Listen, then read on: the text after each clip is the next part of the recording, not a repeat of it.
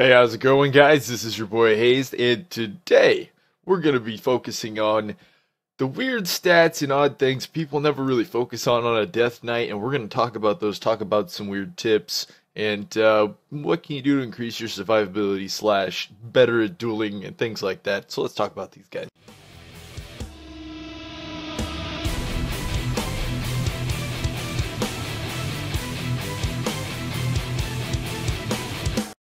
The first thing we need to discuss is parry.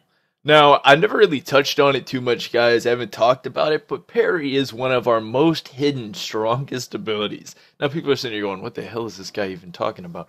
Well, you can imagine fighting a warrior. It's one of the reasons I always face my targets. You ever watch my duel videos, anything like that? Even when I'm jumping, okay, imagine this guy is the person I'm talking about. I jump away facing the target. See, I'm still facing him. I jump away facing the target. Why? Because I'm catching parries still. You know, big frost strikes, big mortal strikes, anything from any class, you can basically parry like that. Now, it's absolutely amazing for fighting feral druids. Now, why?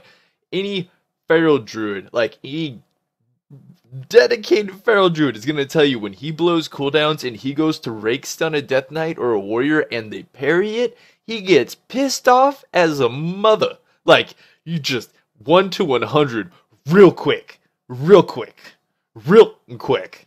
Like, yeah. Okay, so we're past that. Like, and that's a stun. Like, not only is that going to do a lot of damage to you, you also just parried a stun, which is just nuts. Now, why is this just so overlooked? If you're doing like DK, and you're fighting another DK, and you're the one that's running away, but you're not facing him, and you're trying to D up and heal, but you're not parrying any of his attacks, while on the other hand, if you throw something back at him, he's facing you as he's going aggressive and parrying the crap out of you, which is one of the reasons why a lot of DKs need to go full aggressive, because they don't know how to jump and kite away. Now, this is one of the importance of why I jump and I kite. Why I'm always facing the target. I'm not even looking for it. Now, how do I do this, guys? Basically, I am using my S key. And you're like, what? Yeah, you hold the S key and you tap A, basically. Hold S key and A, and you just slightly move your mouse back and forth.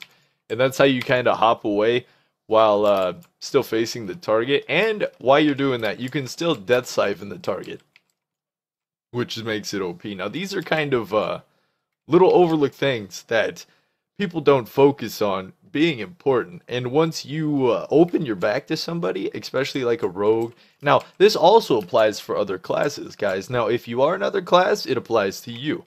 Otherwise, if you're a death knight and you're fighting a rogue, he's going to dodge everything from the front. So you want to get to his back. That's why you see me in duels always getting to people's backs. Now, if I'm spamming Howling Blast, I don't need to be at someone's back. So I'll come into their face, parry the crud out of him, won't even be fighting for the back, just keeping a good range on it. And then I get like a big Frost Strike proc crit, and I'll move to the back and hit that right at their back to make sure it hits. There's no parry, there's no dodge, no nothing. Even against ferals, tons of dodge, guys. Get to their back, nothing. Smacks her right into them. This is one of the reasons my damage is so effective. And a lot of people are like, why don't you take damage, Hazed? I'm like, because I parry the living crap out of everything. It's one of the reasons, and I'm healing up. Like, you can be a offensive healer, keep your parry, without even trying to kite on a DK, which is really OP. And these are just like, these seem like such small things, like when you first glance at it, but these things extremely matter, especially in duels, in battlegrounds, in arena. If you're trying to stay alive and you're just running away from somebody, taking it in the back, you're not getting your dodge, you're not getting your parry, you're not getting anything. That's why you see a lot of people like me, when I hit like 100k or lower, I'm full on just like, you ain't nobody touching me, I'm juking you, no one's gonna get it. I'm keeping my parry on the target. And then once in a while I see a corner or something and I can peel off, you know, LOS or something like that. And that's the other thing we're going to talk about, DKs. DK survivability, guys. You got to use LOS. Now, why is that important? Like Temple Kamogu, they have the things, the squares there. And, you know, something's coming at you. You're hitting them with this blah, blah, blah. How they glass you're fighting them. Oh, my God, I'm taking too much damage. Chains, LOS. Now, how do you use this LOS? Like, right now, see that corner? It's between us. Now, I'm going to reset my death runes for siphons. And what we do is we hide here, we go, whoop, pop. Pop, and we do it just fast enough that they just see us and we siphon off the target. Now, why is this OP? This is one of the things I use in like 5v5 1v1s. that keep me alive for fighting multiple people and you know just absolutely decimating a team. I'll go out first and take on like 3 or 4 people, and then somebody else will go out and of course die. Because I'm like, dude, you gotta use that LOS, man. You gotta be using that. Like, Death Knight's LOS is actually very effective. Wow, that was actually a Death Siphon with 2 multi-strike Siphon procs. That's a rare thing to see. That was cool. Just putting that out there. You don't see that very often. That was pretty OP. But yeah, guys, you got to be using that LOS and hitting this. Even against hunters, this is effective. They throw your pet behind it, you're death striking it, you're still siphoning hunter while putting out pressure. Make sure you keep dots on it while you're doing this too, because you want your dots to be ticking away at the target, causing a little bit of pressure, so it kind of gives you a little bit of relief. Let's see.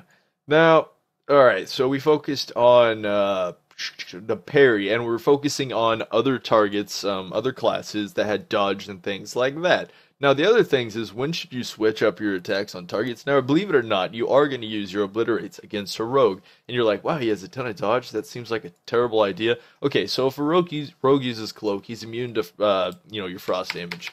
And basically, you can't touch the son of a bitch. He's like, oh yeah, I'm just immune to all your crap. And you're like, oh, I can't even stack any diseases on you. It hurts. What you're going to do is get to that target's back, or try to if he's not sprinting away in like 30 feet down the road. If you have Asphyxiate, that'll also hit the target through cloak. So you can stun him during a cloak on a rogue if you're dueling him, which will really piss off a rogue.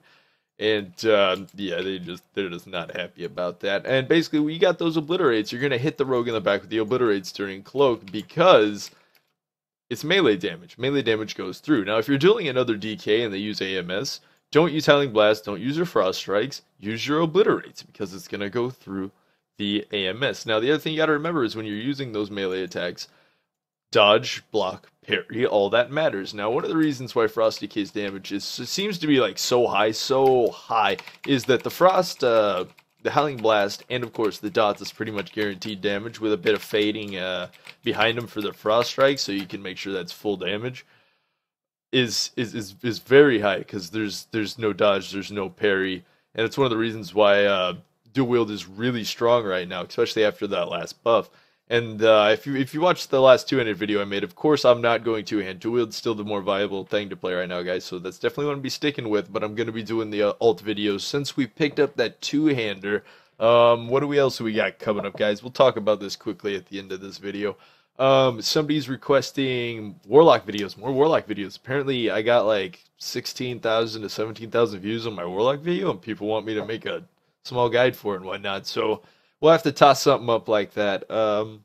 See, we're also going to go into doing some blood PvP on the DK, deciding whether or not it's viable at the moment. I don't believe it's viable in Arena, but I can see it doing a lot of damage inside BGs and whatnot. You can have a lot of fun with that.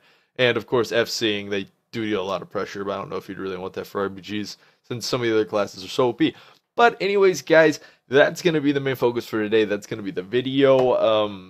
The reason I'm doing this is because I was helping other people and teaching them, and I really noticed they didn't focus on this. They just focused on pure damage or pure healing or things like that, and they kind of looked over the smaller things. Anyways, guys, that's going to be it. This was your boy Hazzed, and I hope you enjoyed.